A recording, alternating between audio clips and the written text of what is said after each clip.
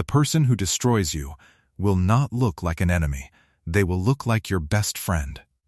This is the story of Jack, and it might be the most important story you hear today. Jack was 21, college dropout, no direction. The whole neighborhood had already written him off.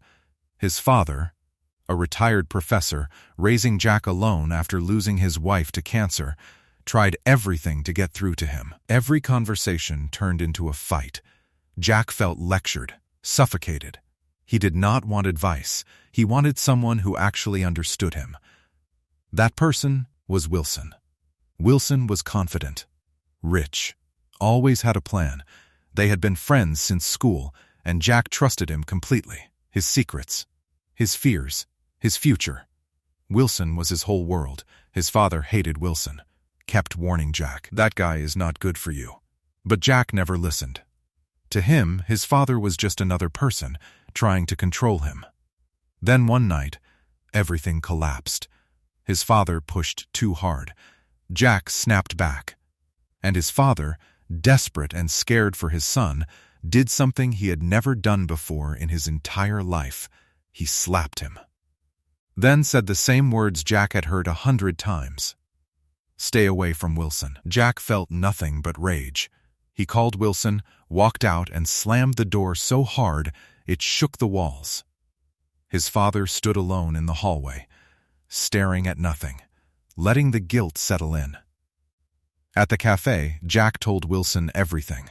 Wilson leaned back and said, "That is just how old people are. They want to destroy you mentally. Do not let him win." Jack felt a little better. Not a lot, but enough. Then Wilson smiled. That smirk Jack had seen before. "You want to have some fun?" He led Jack to his car. "Pop the trunk, weapons inside. I have been watching a bank van since 8th grade, Wilson said. "Same signal every single time. We go in, take the cash. No one gets hurt. Police take 6 minutes. We are gone in 4. Jack said yes, without thinking. What Jack did not know was that Wilson had already planned his escape route, not from the police, from Jack. If anything went wrong, Wilson would walk free. His father was powerful and connected. Jack was a dropout with nothing. Jack was not Wilson's partner. He was Wilson's backup plan. The next morning, they hit the van, masks on, cash out. And then, a guard panicked and fired. Jack went down. He looked up and saw Wilson hesitate for exactly 1 second. Then, Wilson dropped the money, ran to the car, and drove away, without looking back.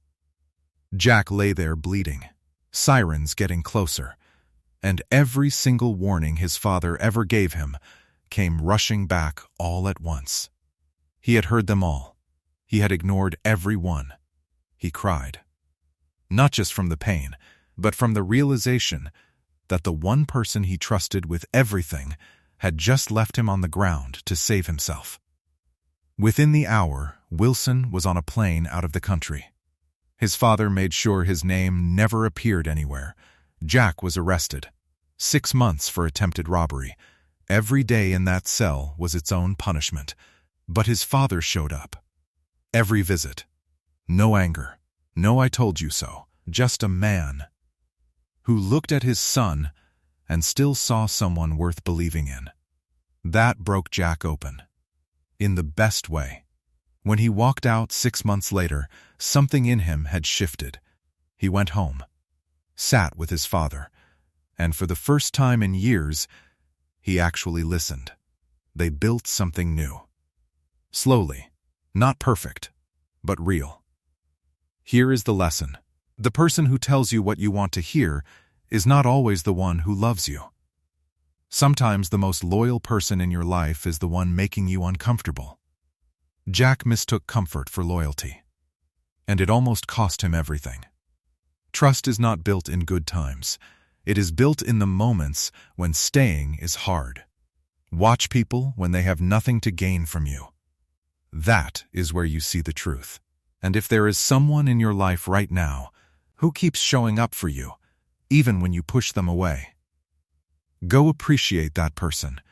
before life teaches you the hard way why you should. If this story hit you, share it with one person who needs to hear it. Subscribe, because every week we bring you stories with real lessons behind them. And take care of the people who have never given up on you. See you in the next one.